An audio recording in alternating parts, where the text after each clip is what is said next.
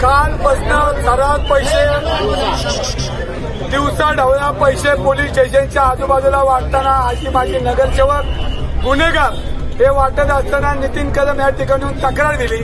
तक्रार दिल्यानंतर 3 तास झाले मला फोन आला, भाऊ माझी तक्रार सुद्धा घेत नाही। अभय साजेडांचा फोन आला।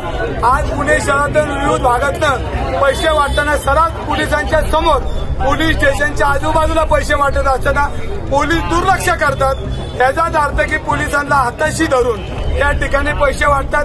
निवडणूक आयोगाचं भरारी पद्धत हे हद्दीत दिसत नाही। याचा आणि हे 400 पाकिट आणलेत काय नक्की ते नागरिकांना वाटलेले पैसे आम्ही गोळा करून आणले आणि 400 पट करोनाच्या काळात खाल्लेले पैसे आज निवडणूक जिंकण्यासाठी वापरतात। हे बाबासाहेब आंबेडकरांनी लिहिलेलं संविधानाचा अपमान, लोकशाहीची हत्या करण्याचं काम पोलीस खात्याला निवडणूक खात्याला हाताशी धरून भारतीय जनता पार्टीची लोक करतात।